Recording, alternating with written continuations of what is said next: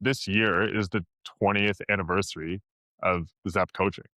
And so Yeah. can you talk to me a little bit more about Zep coaching and like, where that came from and like what was your vision for it like when you started out? And then where has it gotten to now?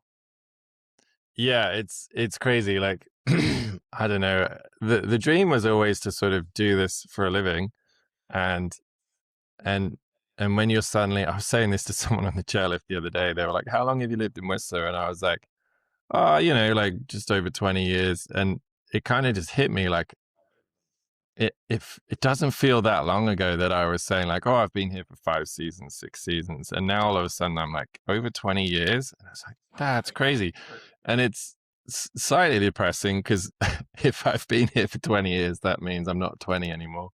That means I'm that means I'm 40 something. So there's that personal like, oh shit, 20 years. That means I'm kind of old.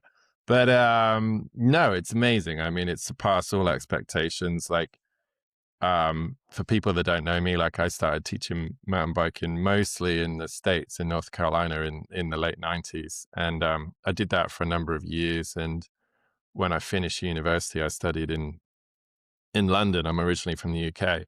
And my goal was to come out and see if I could kind of take that summer experience teaching mountain biking and turn it into a career, basically. So I started teaching snowboarding, and then the plan was fairly logical. Like if I can teach snowboarding in the winter, teach mountain biking in the summer, that's my sort of quote unquote career, year round career. And I worked for a number of bike shops and businesses for a number of years. But for me, I was always aspiring to like running my own school.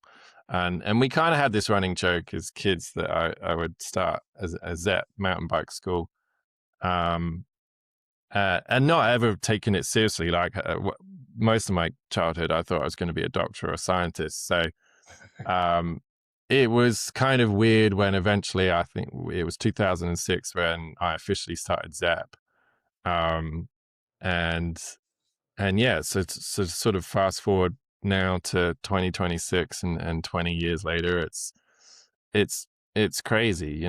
We started off with me just running basically private lessons in Whistler Valley, um, to now having 12, 13 coaches every season. A lot of our coaches have been with us for years and years, a bunch of them 10 years or more.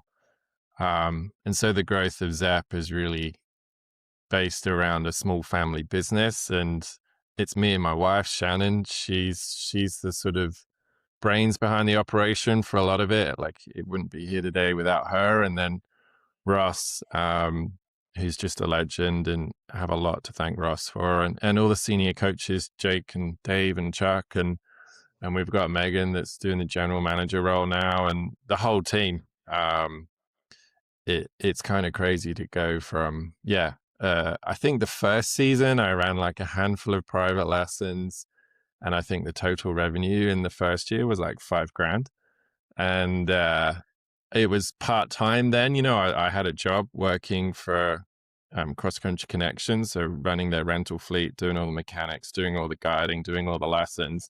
So I was working for them and trying to set up Zep at the same time, and we did that for a couple of years. And then it kind of reached that critical point. I think a lot of small business owners get to. It's like they've got a job to pay the bills, but they're trying to start this business. And at some point, you've got to sort of do one or the other. You can't keep doing both. So I think it was like 3 years in, we went full time into Zep. And then a year or two later, Shannon started working for Zep. And that's really when it kicked off, when both of us were working for the business and trying to grow it. And then Ross came in. Ross has been with us since the early days. And here we are 20 years later, still riding bikes, still coaching, and and having a lot of fun. So it's Yeah. it's really cool.